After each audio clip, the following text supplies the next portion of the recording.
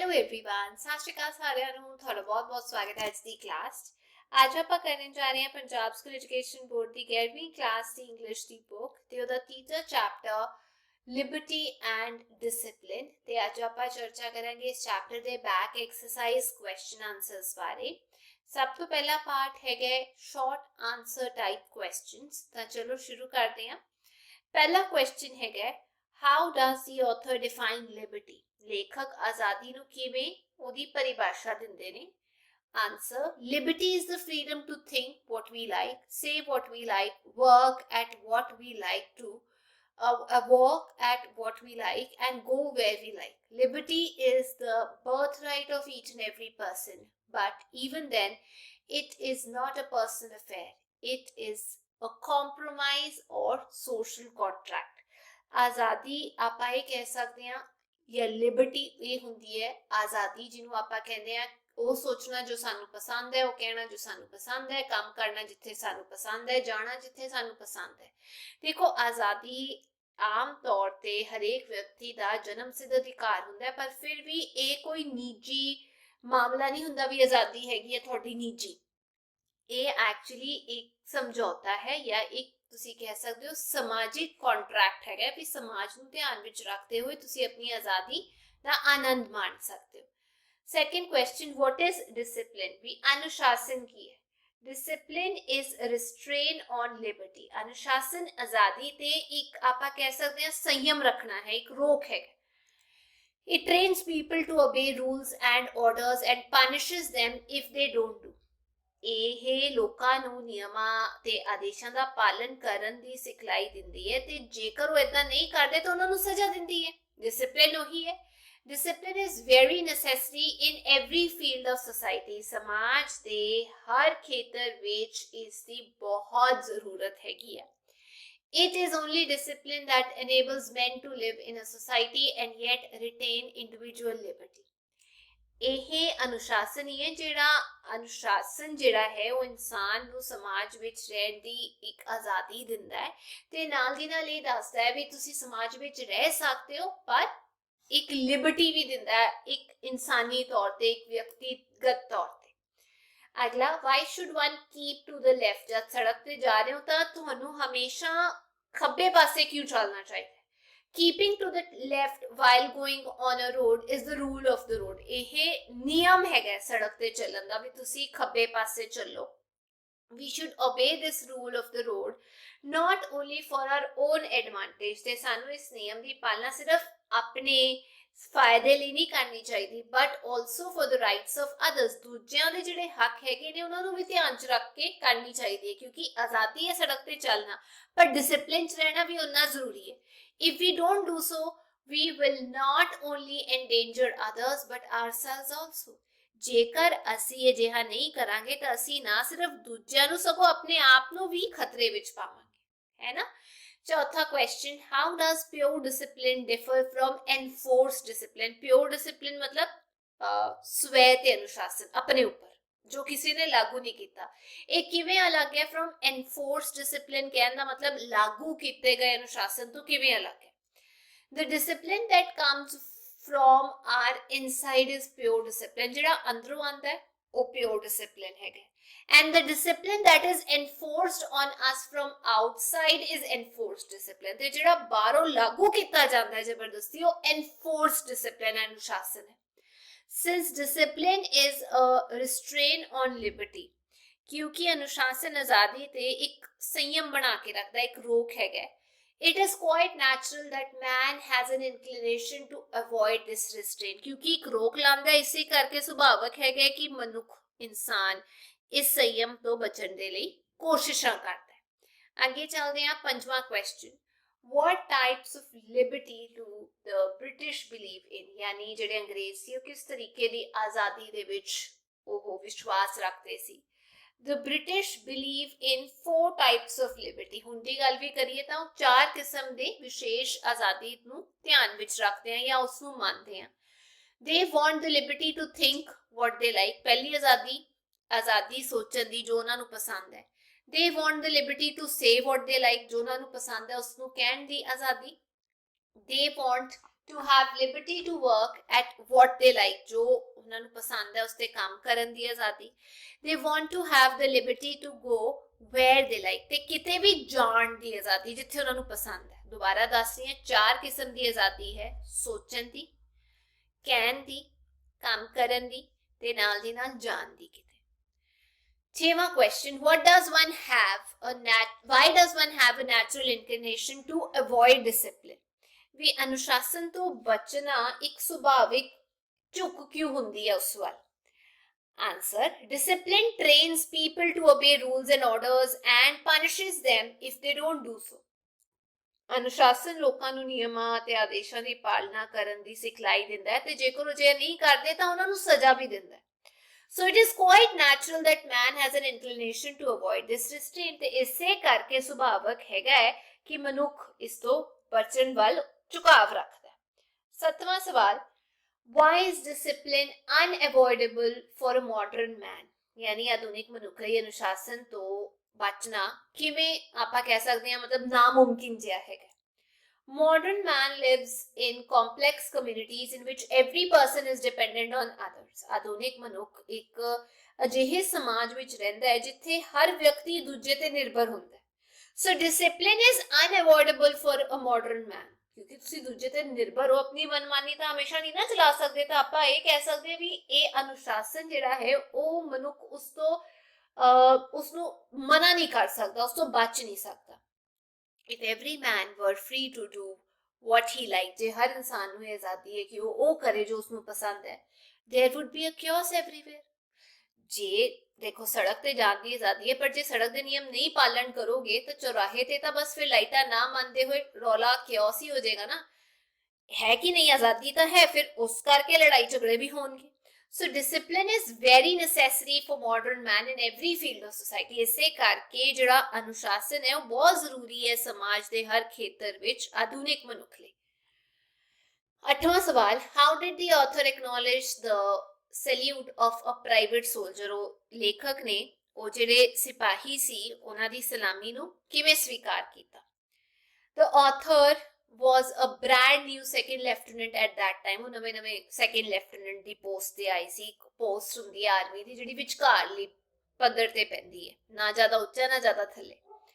Once he was walking on to parade ਵੱਲ ਜਾ ਰਹੇ ਸੀ.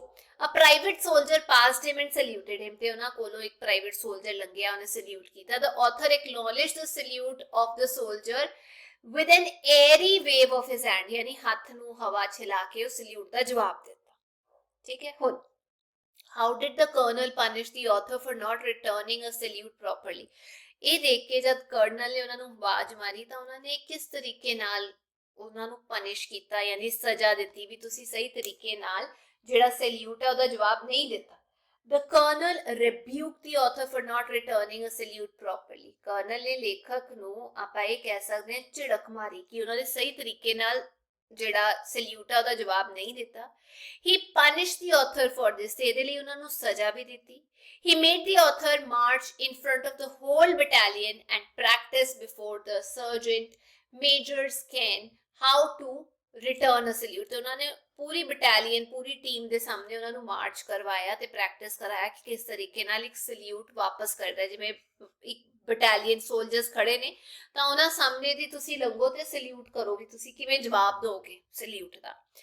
Discipline begins with the officers, he said to the author. ਤੇ ਉਹਨਾਂ ਨੇ ਕਿਹਾ ਵੀ ਡਿਸਪਲਿਨ ਜਿਹੜਾ ਅਨੁਸ਼ਾਸਨ ਜਿਹੜਾ ਉਹ ਆਫੀਸਰਸ ਤੋਂ ਹੀ ਸ਼ੁਰੂ ਹੁੰਦਾ ਹੈ. ਠੀਕ ਹੈ, ਤੁਸੀਂ ਆਪਣੇ ਵਿੱਚ ਰਹਿ ਕੇ ਹੋਏ ਨਹੀਂ ਵੀ ਹਵਾ ਵਿੱਚ ਹਾਈ ਕਰ ਦੋ. 10ਵਾਂ ਸਵਾਲ, what did the colonel tell the author about discipline? Colonel ਨੇ author ਨੂੰ discipline ਬਾਰੇ ਕੀ ਦੱਸਿਆ? The author had not returned the salute of a private soldier properly. Author ਨੇ ਲੇਖਕ ਨੇ ਉਹ private ਸਿਪਾਹੀ ਦਾ ਜਿਹੜੀ ਸਲਾਮੀ ਉਹਨੂੰ ਠੀਕ ਢੰਗ ਨਾਲ ਜਵਾਬ ਨਹੀਂ ਦਿੱਤਾ ਸੀ, ਹੱਥ ਹਿਲਾਇਆ ਸੀ. The colonel rebuked him for this. Colonel ਨੇ ਉਹਨਾਂ ਨੂੰ ਝਿੜਕ ਮਾਰੀ and also punished him. ਇਸ ਕਰਕੇ ਉਹਨਾਂ ਨੂੰ punish ਵੀ ਕੀਤਾ, ਸਜ਼ਾ ਵੀ ਦਿੱਤੀ. He made the author practice before the sergeant majors can how to return a salute. ਤੇ ਉਹਨਾਂ ਨੇ ਇੱਕ ਟੀਮ ਸਾਹਮਣੇ ਉਹਨਾਂ ਨੂੰ ਗੇੜੇ ਲਾ ਕੇ ਸਲੂਟ ਕਿਵੇਂ ਵਾਪਸ ਕਰਨਾ ਹੈ ਉਸ ਬਾਰੇ ਸਿਖਾਇਆ. The colonel told the author that discipline begins with the officers. ਤੇ ਕਰਨਲ ਨੇ ਦੱਸਿਆ ਵੀ ਜਿਹੜਾ ਅਨੁਸ਼ਾਸਨ ਹੈ ਉਹ ਉੱਤੋਂ ਸ਼ੁਰੂ ਹੁੰਦਾ ਹੈ, ਆਫੀਸਰਸ ਤੋਂ ਸ਼ੁਰੂ ਹੁੰਦਾ ਹੈ, ਫਿਰ ਥੱਲੇ ਜਾਂਦਾ ਹੈ. अगला, how can the leader build up the leadership of his team?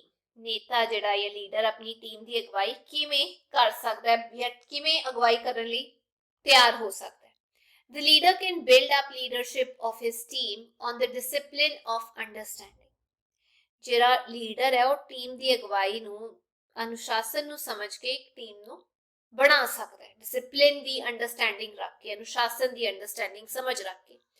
In order to inculcate a sense of discipline in his team, ਆਪਣੀ ਟੀਮ ਦੇ ਵਿੱਚ ਇਹ ਡਿਸਪਲਿਨ ਲੈ ਕੇ ਆਉਣ ਲਈ he must first realize his own responsibility, ਉਹਨੂੰ ਆਪਣੀ ਜ਼ਿੰਮੇਵਾਰੀ ਦੀ ਪਛਾਣ ਹੋਣੀ ਚਾਹੀਦੀ ਹੈ। He must display high standards of discipline in his own life. ਉਹਨੂੰ ਆਪਣੀ ਜ਼ਿੰਦਗੀ ਦੇ ਵਿੱਚ ਅਨੁਸ਼ਾਸਨ ਦੇ ਮਤਲਬ ਐਗਜ਼ਾਮਪਲ ਸੈੱਟ ਕਰਨ ਦੀ ਲੋੜ ਹੈਗੀ ਹੈ ਵੀ ਮੈਂ ਆਪਣੀ ਜ਼ਿੰਦਗੀ ਦੇ ਵਿੱਚ ਵੀ ਉੱਚੇ ਪੱਧਰ ਤੇ ਇਸ ਨੂੰ ਇੰਪੋਰਟੈਂਸ ਦਿੰਦਾ ਅਨੁਸ਼ਾਸਨ ਨੂੰ। Only then he can succeed in building up the leadership of his team. ਤਾਂ ਹੀ ਉਹ ਆਪਣੀ ਟੀਮ ਨੂੰ ਇੱਕ ਉਦਾਹਰਨ ਸੈੱਟ ਕਰਕੇ ਲੀਡਰਸ਼ਿਪ ਸਕਿੱਲ ਨਾਲ ਉਭਾਰ ਸਕਦਾ ਹੈ। ਅੱਗੇ 12th question, what according to the author was not a new technique invented in the last war? ਲੇਖਕ ਦੇ ਅਨੁਸਾਰ ਪਿਛਲੀ ਜੰਗ ਵਿੱਚ ਇੱਕ ਨਵੀਂ ਤਕਨੀਕ ਜਿਹੜੀ ਉਭਾਰੀ ਗਈ ਸੀ ਉਹ ਇੱਕ ਨਵੀਂ ਤਕਨੀਕ ਨਹੀਂ ਸੀ। ਕਿਹੜੀ ਸੀ? According to the author, taking men into one's confidence was not a new technique invented in the last war. मतलब ਲੋਕਾਂ ਨੂੰ ਇੱਕ ਲੀਡਰ ਆਪਣੇ ਆਪਾਂ ਇਹ ਕਹਿ ਸਕਦੇ ਹਾਂ ਆਪਣੇ ਭਰੋਸੇ ਵਿੱਚ ਲੈਣਾ ਇਹ ਪਿਛਲੀ ਵਾਰ ਦੇ ਵਿੱਚ ਲੜਾਈ ਜੰਗ ਵਿੱਚ ਜਦ ਗੱਲ ਕੀਤੀ ਗਈ ਸੀ ਇੱਕ ਨਵੀਂ ਤਕਨੀਕ ਨਹੀਂ ਸੀ। He says that leaders have always followed this technique to lead the people by winning their confidence. ਉਹ ਕਹਿੰਦੇ ਲੋਕਾਂ ਦਾ ਵਿਸ਼ਵਾਸ ਜਿੱਤ ਕੇ ਉਹਨਾਂ ਦੀ ਅਗਵਾਈ ਕਰਨਾ ਇੱਕ ਨਵਾਂ ਤਰੀਕਾ ਨਹੀਂ ਹੈ, ਸ਼ੁਰੂ ਤੋਂ ਅਪਣਾਇਆ ਗਿਆ ਇਸ ਢੰਗ ਨੂੰ। This art is a must in a successful leader. ਤੇ ਇਹ ਕਲਾ ਇੱਕ ਸਫਲ ਨੇਤਾ ਵਿੱਚ ਲਾਜ਼ਮੀ ਹੈ। It helps in building a good rapport between the leader and his followers. ਆਪਣੇ ਲੋਕਾਂ ਨੂੰ ਆਪਣੀ ਗੱਲਾਂ ਵਿੱਚ ਕਰਕੇ ਆਪਣੇ ਭਰੋਸੇ 'ਚ ਲੈ ਕੇ ਆਣਾ ਇੱਕ ਕਲਾ ਹੈਗੀ ਹੈ ਜਿਹਦੇ ਨਾਲ ਇੱਕ ਵਧੀਆ ਰੈਪੋ ਬਣਦਾ ਹੈ ਲੀਡਰ ਤੇ ਫੋਲੋਅਰਸ ਦਾ।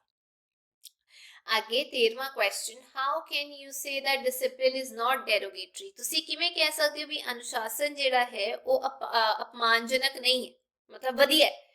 ਦੇਖੋ ਮੈਂ ਇਹ ਕਹਿ ਸਕਦੀ ਹਾਂ it is only discipline that enables people to live in a community and yet retain individual liberty.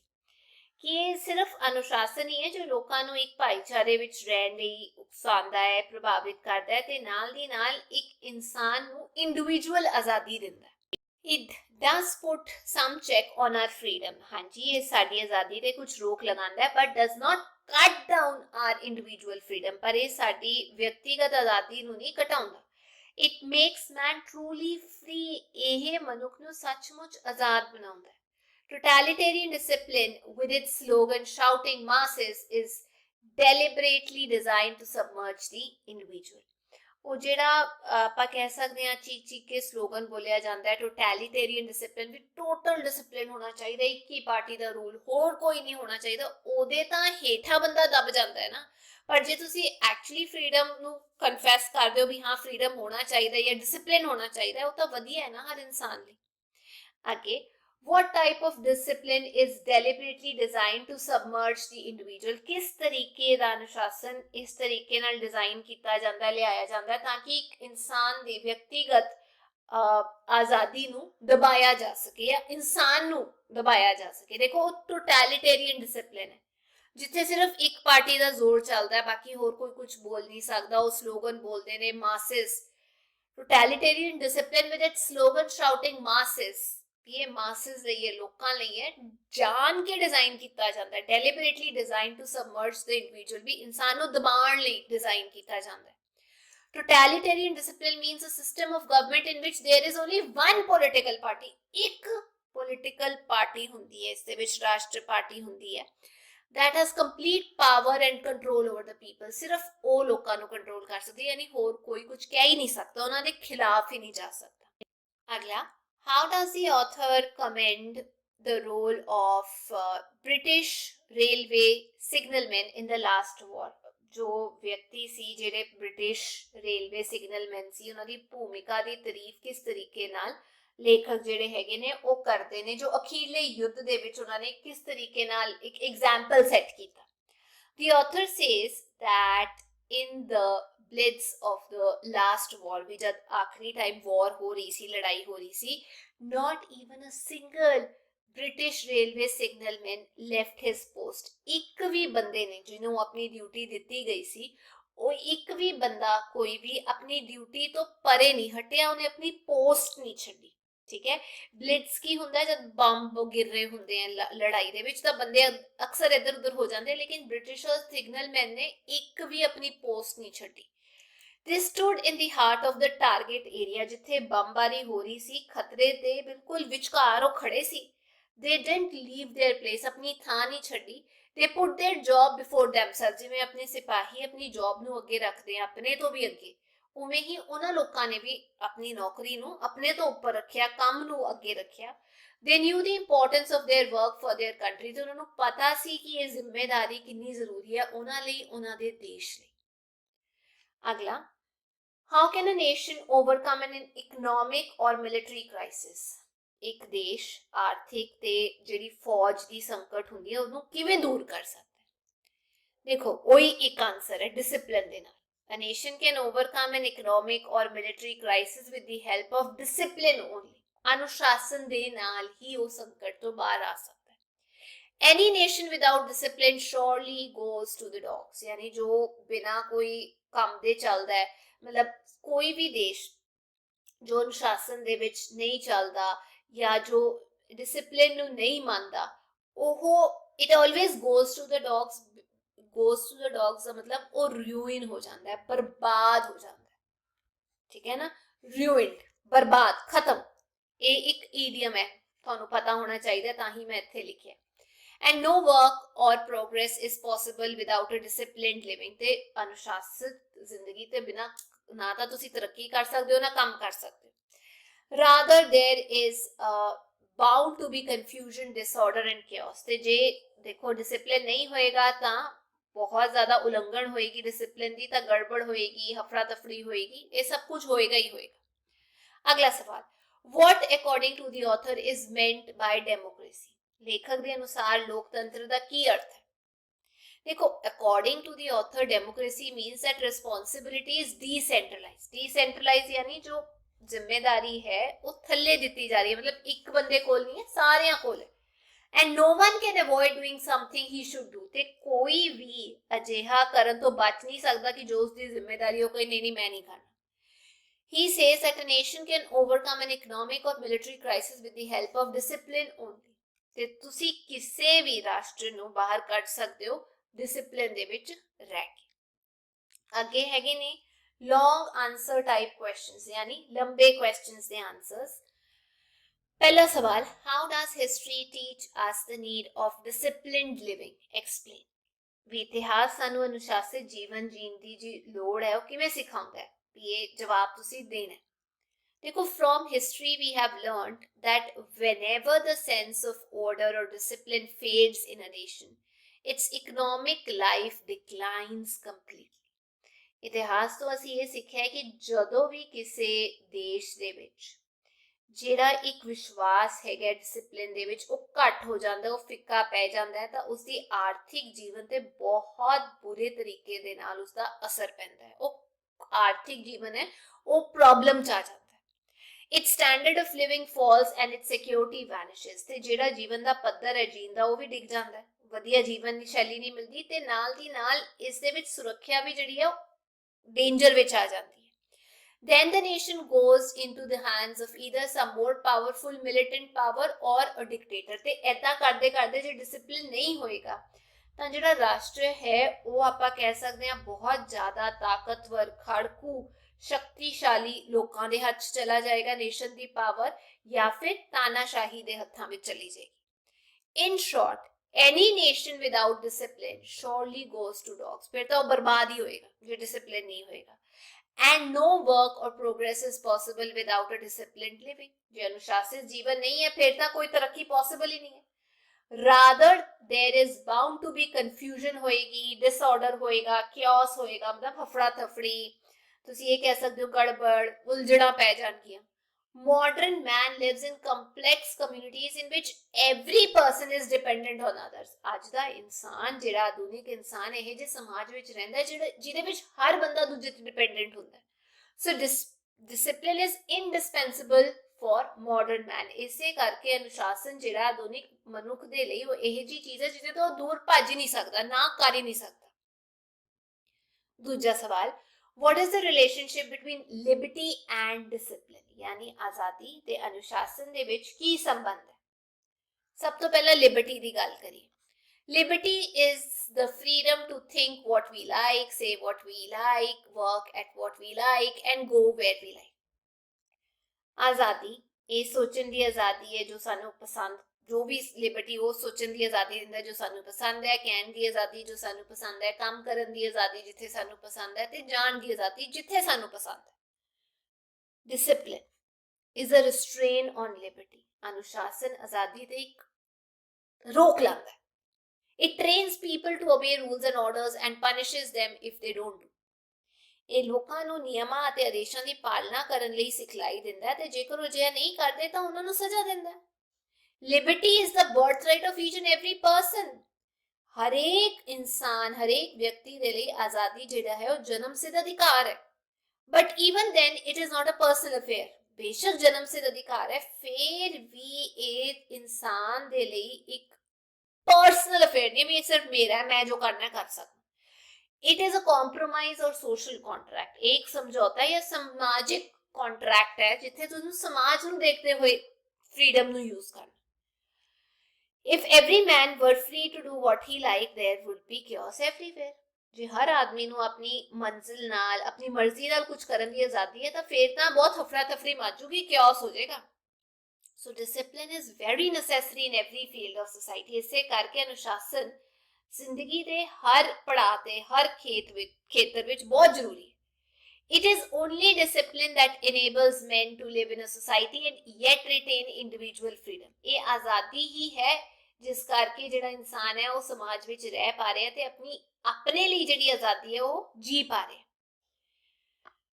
We can have discipline without liberty. See, ਅਸੀਂ ਇਹ ਕਹਿ ਸਕਦੇ ਹਾਂ ਵੀ ਅਸੀਂ ਸਾਡੇ ਕੋਲ ਜਿਹੜਾ ਹੈ ਡਿਸਪਲਿਨ, ਅਨੁਸ਼ਾਸਨ ਹੋ ਸਕਦਾ ਹੈ ਆਜ਼ਾਦੀ ਤੋਂ ਬਿਨਾ, ਪਰ ਸਾਡੇ ਕੋਲ ਆਜ਼ਾਦੀ ਨਹੀਂ ਹੋ ਸਕਦੀ ਅਨੁਸ਼ਾਸਨ ਤੋਂ ਬਿਨਾ. ਇਹ ਗੱਲ ਬਹੁਤ ਇੰਪੋਰਟੈਂਟ ਹੈ ਲਿਖਣੀ.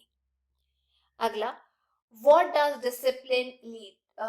indiscipline lead to? ਵੀ ਜਿਹੜਾ ਇਨਡਿਸਪਲਿਨ ਹੈ ਉਹਦੇ ਕਰਕੇ ਕੀ ਹੁੰਦਾ ਹੈ? Answer, indiscipline leads to confusion and chaos in the society. ਜੇ ਡਿਸਪਲਿਨ ਨਹੀਂ ਹੋਏਗਾ ਇਹਦੇ ਕਰਕੇ ਬਹੁਤ ਪ੍ਰੋਬਲਮ ਹੋ ਜਾਏਗੀ, ਹਫੜਾ ਤਫੜੀ, chaos ਹੋ ਜਾਏਗਾ. It creates corruption. ਇਹਦੇ ਨਾਲ ਭ੍ਰਿਸ਼ਟਾਚਾਰ ਹੋਏਗਾ. lawlessness, ਮਤਲਬ ਤੁਸੀਂ ਇਹ ਕਹੋਗੇ ਕੋਈ ਵੀ law ਨਹੀਂ ਮੰਨੇਗਾ. and disorder all around, ਤੇ ਚਾਰੇ ਪਾਸੇ ਹਫੜਾ ਤਫੜੀ ਦਾ ਮਾਹੌਲ ਹੋਏਗਾ. It creates violence among the people. मतलब जो discipline नहीं, अनुशासन नहीं है ते लोकां दे विच डर खत्म हो जाएगा, जिहदे करके आपां ये कह सकते हैं भी समाज दे विच violence, हिंसा पैदा हो जाएगी.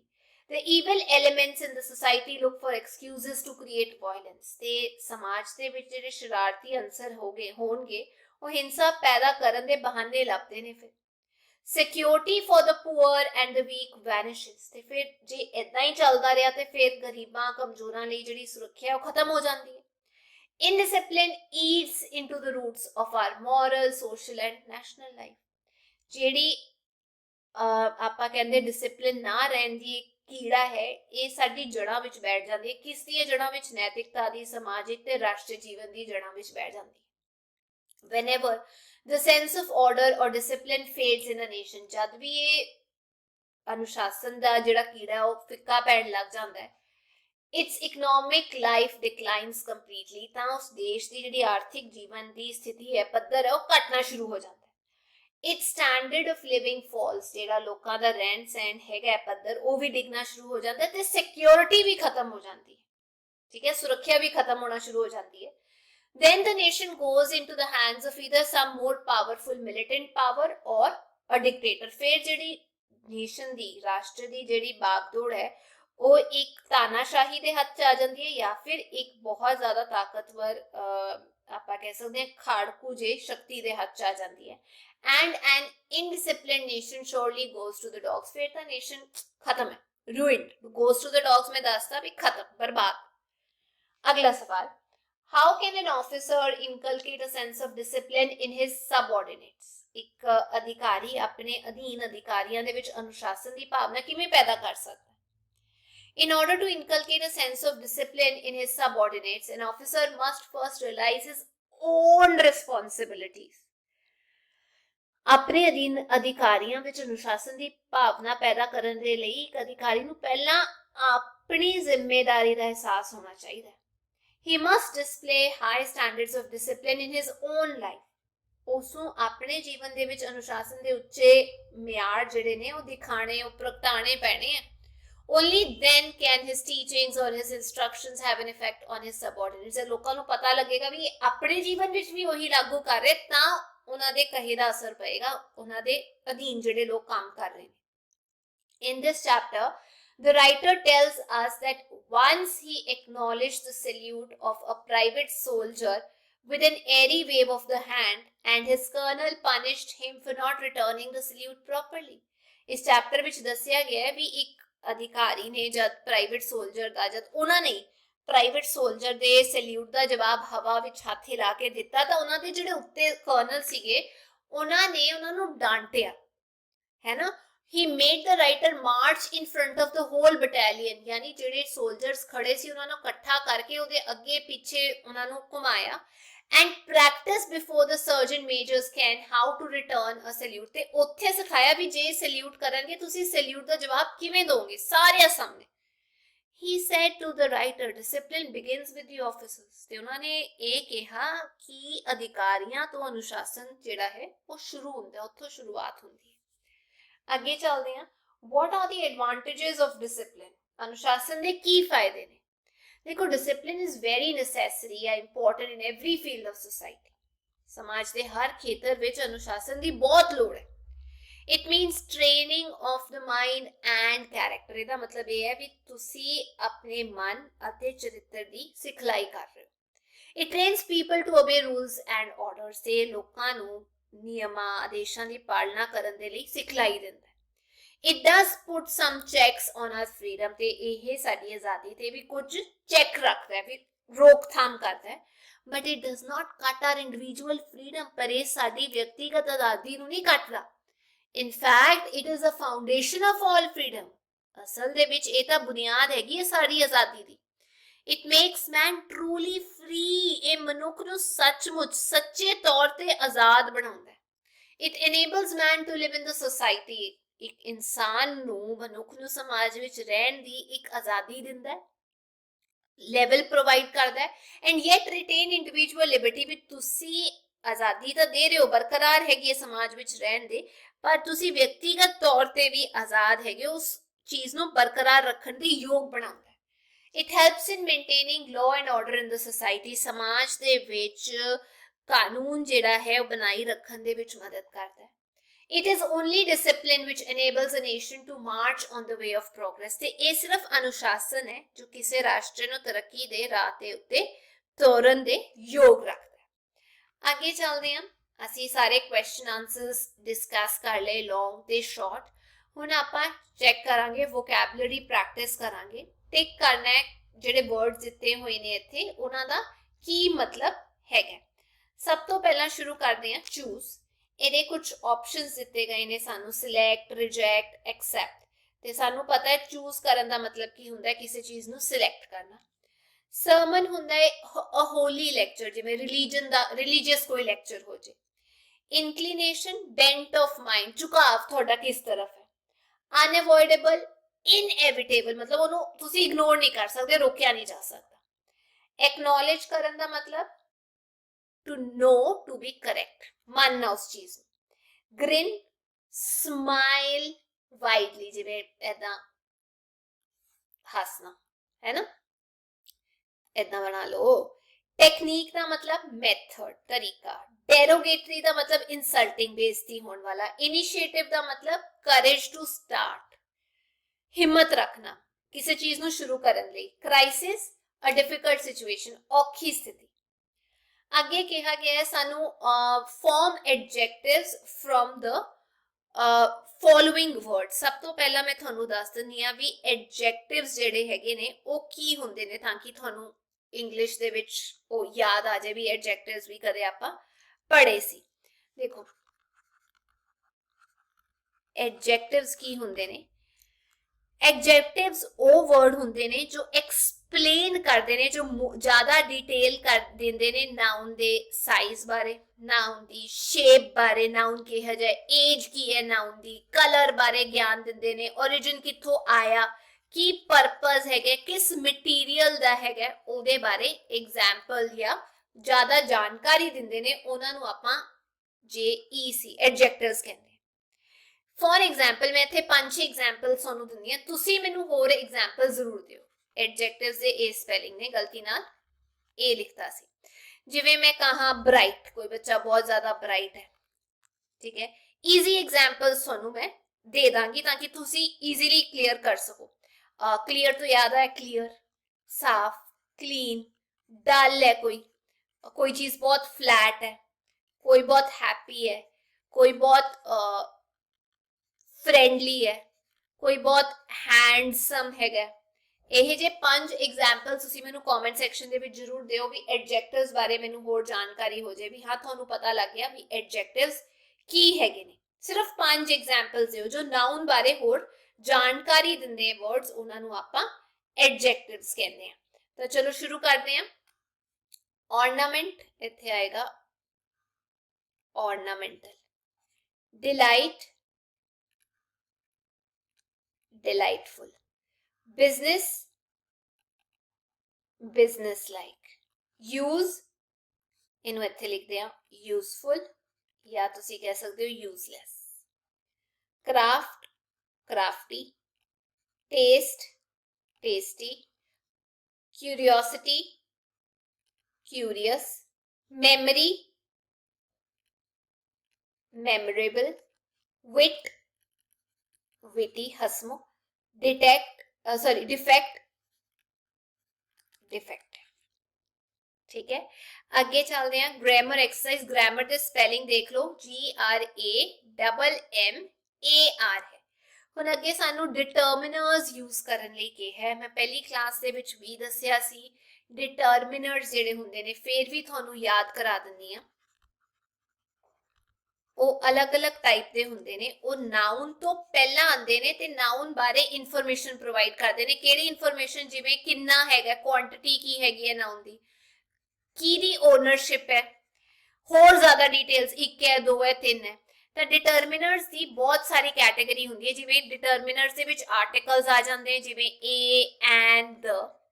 ਡਿਟਰਮਿਨਰ ਦੇ ਵਿੱਚ ਪੋਜੈਸਿਵਸ ਆ ਜਾਂਦੇ, ਇੱਕ ਟਾਈਪ ਹੈ, ਜਿਵੇਂ my, are, your, her, its, category है डिटर्मिनर्स की। ठीक है, उस तो इलावा नंबर्स भी आ जाते हैं डिटर्मिनर्स दे विच, जिवें कि टू, लास्ट, सेकंड। फिर क्वांटिफायर्स, क्वांटिफायर्स यानी जो क्वांटिटी दसते ने, सम, एनी, मच, फ्यू, एवरी। उस तो इलावा ਇਹਦੇ ਵਿੱਚ डिटर्मिनर्स ਦੇ ਵਿੱਚ ਆਉਂਦੇ ਡਿਮੋਨਸਟ੍ਰੇਟਿਵਸ, ਜਿਹੜੀ ਥਾਂ ਦੱਸਦੇ ਨੇ ਵੀ ਕਿੱਥੇ ਪਈ ਹੈ ਕੋਈ ਚੀਜ਼। ਜਿਵੇਂ this ਹੋ ਗਿਆ, ਇੱਥੇ ਪਈ ਹੈ, that ਹੋ ਗਿਆ, these ਹੋ ਗਿਆ, those ਹੋ ਗਿਆ। ਉਵੇਂ ਹੀ ਇੰਟਰੋਗੇਟਿਵਸ यानी क्वेश्चन वाले सवाल भी ਇਹਦੇ ਵਿੱਚ ਆਉਂਦੇ, ਜਿਵੇਂ which, what, whose। ਜੇ ਤੁਹਾਨੂੰ ਸਪੈਸ਼ਲ ਵੀਡੀਓ ਚਾਹੀਦੀ ਹੈ ਡਿਟਰਮਿਨਰਸ ਬਾਰੇ ਤਾਂ ਮੈਨੂੰ ਕਮੈਂਟ ਕਰਕੇ ਜ਼ਰੂਰ ਦੱਸਿਓ। ਹੁਣ ਇੱਥੇ ਪੜ੍ਹਦੇ ਹਾਂ ਡਿਟਰਮਿਨਰਸ। We felt dash indefinable sense of discomfort। ਇੱਥੇ ਆਏਗਾ we felt an, ਇਹ ਇੱਕ ਆਰਟੀਕਲ ਹੈਗਾ ਡਿਟਰਮਿਨਰਸ ਦਾ, ਤੇ ਇੱਥੇ an ਆਏਗਾ। ਠੀਕ ਹੈ, dash fugitives had fled from Hiroshima। ਇੱਥੇ ਆਏਗਾ many, many quantifier ਦੇ ਵਿੱਚ ਆ ਜਾਂਦਾ ਹੈ। अगला, dash living thing was petrified in an attitude of indescribable suffering। ਇੱਥੇ ਆਏਗਾ every, her. Children begin learning by imitating their elders। अपने बुजुर्गों की नकल करके वो मतलब लर्न करते हैं चीज़ां। Each unhappy family is unhappy in its own वे।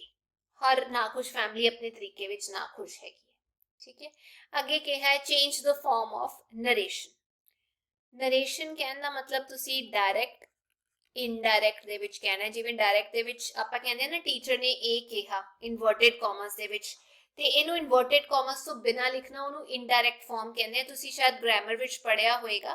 ਜੇ ਤੁਸੀਂ ਵੀਡੀਓ ਚਾਹੁੰਦੇ ਹੋ ਤਾਂ ਇਹਦੇ ਉੱਤੇ ਮੈਂ ਵੀਡੀਓ ਬਣਾ ਦਾਂਗੀ, ਮੈਨੂੰ ਕਮੈਂਟ ਸੈਕਸ਼ਨ ਦੇ ਵਿੱਚ ਜ਼ਰੂਰ ਦੱਸਿਓ। ਪਹਿਲਾ sentence, the teacher will say Geeta is performing on the stage.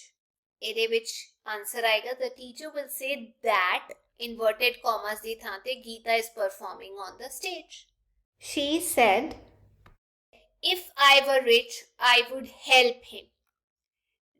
She said that if she had been rich, she would have helped him. Oh Tom, she said, I am so ashamed of you. She rebuked, मतलब गुस्सा हुई Tom, saying she was very ashamed of him, कि उन्हें ਉਹਦੇ ਤੇ बहुत शर्म आती है। The lawyer asked Bob, do you still deny the charges? Lawyer ने Bob ਨੂੰ ਪੁੱਛਿਆ ਕਿ ਜੋ ਤੁਹਾਡੇ ਤੇ ਇਲਜ਼ਾਮ ਲੱਗੇ ਤੁਸੀਂ ਉਹਨਾਂ ਨੂੰ ਅਜੇ ਨਹੀਂ ਨਾ ਮੰਨ ਰਹੇ, ਮਨਾ ਕਰ ਰਹੇ ਹੋ। ਤੇ ਇਹਦਾ ਆ ਜਾਏਗਾ the lawyer asked Bob if he still denied the charges. The principal said virtue is its own reward. ਤੇ ਇੱਥੇ ਆਏਗਾ the principal said that virtue is its own reward. ਅੱਗੇ ਤੀਜਾ, ਇੱਥੇ वर्ड्स ਦਿੱਤੇ ਹੋਏ ਨੇ, ਇਹਨਾਂ ਨੂੰ ਐਜ਼ ਨਾउन ਤੇ वर्ब यूज करना। जिवें सब तो पहला फेस नाउन के तौर पे यूज करांगे तो आएगा her face is very pretty. Verb के तौर पे I had to face several difficulties, मुश्किलों का सामना करना पिया। लॉक, जे नाउन के तौर पे यूज कर रहे हैं I have lost the key to this lock. Verb के तौर पे लॉक द रूम। डिलाइट, खुश, नाउन के तौर पे यूज कर रहे हैं he takes great delight in teasing others, दूसरों को तंग करके उन्हें खुशी महसूस होती है। वर्ब के तौर पे his victory delighted his fans all over the world, मतलब वो जितया ते जिदे करके ਉਹਦੇ फैंस ਨੂੰ खुशी हुई। water, जे नाउन के तौर पे यूज कर रहे हैं please give me a glass of water. Verb के तौर पे यूज कर रहे हैं the gardener is watering the plants। consent यानी मंजूरी देना, नाउन के तौर पे यूज कर रहे हैं our parents finally gave their consent to our marriage, साडी ब्याह लई हामी भरती। वर्ब के तौर पे कर रहे हैं तो at last mister Raman had to consent to answer our questions, भी उन्होंने हामी भरनी पई साडा सवालों का जवाब देने लई। अगे चलते हैं, चौथा पार्ट है practice in spoken English, key to phonetic symbols. Get, join, then, ship, yes, chain, long, then, measure, weep, part, root, play, boy, bit, hot, but, go, here, pet, court, bird, buy, pair, bat, put, away, cow, pour। अगला, say the following words aloud। सब तो पहले tile, toil, shear, share, file, foil, fear, fair, tie, toy, cheer, chair, buy, boy, spare, spare, wise, voice, here, here, hair। अगला, say the following words aloud as the teacher says them। ये words तुसी बोलने ने जिवें थोड़े अध्यापक बोलणगे। शुरू करते हैं, सब तो पहला है chew। अगला, democracy, bomb, be silent, ये वाला। blow, knave, k silent, mute, period, police, photography, अगला horizon। ਤੇ ਇਸੇ ਕੀ ਅੱਜ ਦੀ ਕਲਾਸ ਮੈਂ ਉਮੀਦ ਕਰਦੀ ਹਾਂ ਤੁਹਾਨੂੰ ਇਸ ਚੈਪਟਰ ਦੇ ਕੁਐਸਚਨ ਆਨਸਰ ਸਮਝ ਆ ਗਏ ਹੋਣਗੇ। ਜੇ ਵੀਡੀਓ ਵਧੀਆ ਲੱਗੀ ਤਾਂ ਚੈਨਲ ਨੂੰ ਲਾਈਕ ਸ਼ੇਅਰ ਸਬਸਕ੍ਰਾਈਬ ਜ਼ਰੂਰ ਕਰਿਓ। ਆਪਾਂ ਫਿਰ ਮਿਲਾਂਗੇ। Till then take care, bye bye.